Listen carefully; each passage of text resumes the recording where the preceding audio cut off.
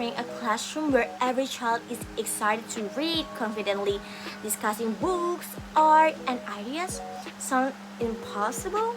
Wow, this textbook proves it is possible. Assalamualaikum warahmatullahi wabarakatuh. Hello everyone, my name is Adinda Suci Ramadhani and I'm from 4C. Today I'll review the book Best Practice for Teaching Reading. This book is designed mainly for teachers, future English ed teachers, and educators who want to improve student reading motivation and comprehension. The main goal of this textbook is to share practical and proven strategies for teaching reading effectively in real classroom. What makes this book special is that every chapter comes from experienced teachers who explain authentic classroom practices, not just theories. The central themes are motivating students to read, improving reading skills, creating engaging literacy environment, and helping struggling readers succeed. This textbook contains many classroom-based strategies for teaching reading creatively and effectively. One interesting chapter is 10 Steps to Great Readers by Susan Carter. She explains how teachers can create fearless and fluent readers by removing obstacles in reading activities. For example, students are allowed to read aloud, work with partners, sit comfortably, and even enjoy reading corners and snacks while reading. Another important chapter is All for the Love of Reading by Pamela Jo Laura. She emphasized that reading should become a joyful habit. Her students perceive that in programs like Dear, Drop Everything and Read, where everyone in school spends time reading independently. The book also discusses summer reading programs that help struggling readers maintain their skill during school holidays. The program includes body reading, reading log, storytelling, and parental involvement. One of the most creative chapters explains how visual art can teach reading strategies.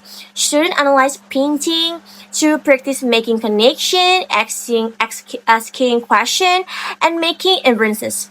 The same skills needed in reading comprehension. Overall, the textbook combines theory with practical classroom application.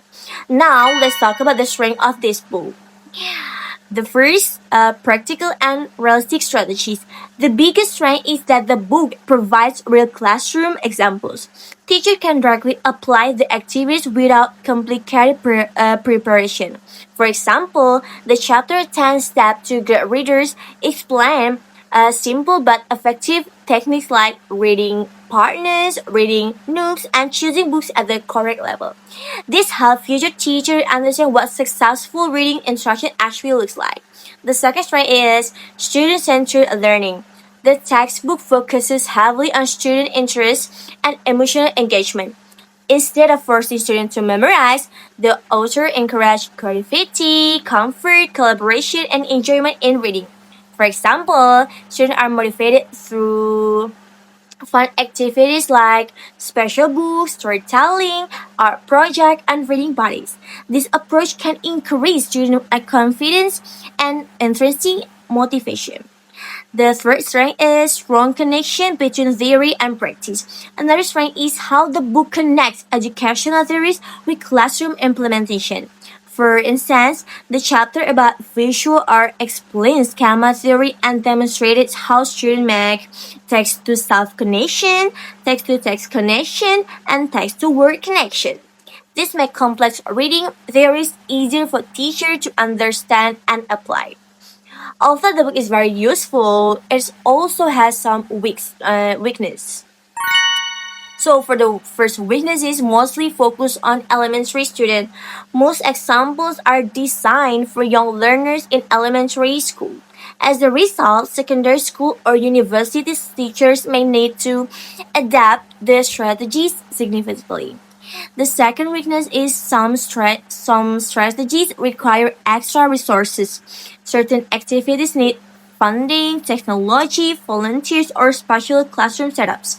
For example, the summer reading program requires grants, transportation, reading software, and community support.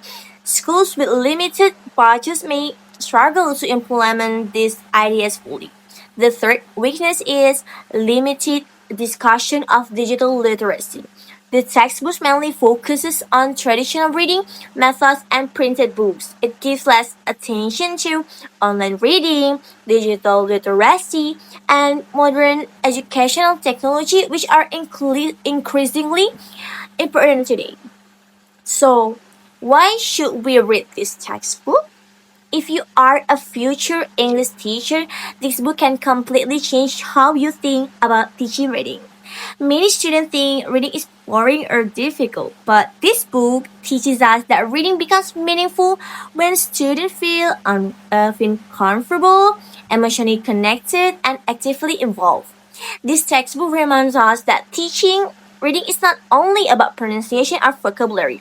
It is about building curiosity, imagination, and confidence. Imagine becoming a teacher who can inspire students to genuinely love reading. That is the real value of this book. I especially recommend this book for English education students, elementary teachers, literacy educators, and anyone interested in student-centered learning.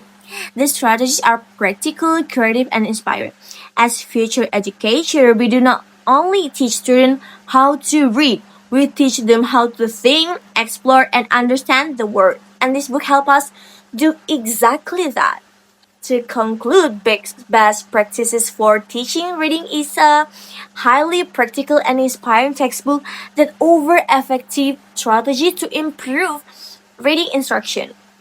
Despite a few limitations, its real classroom examples, engaging methods, and student-centered approach make it extremely valuable for teacher and future educator.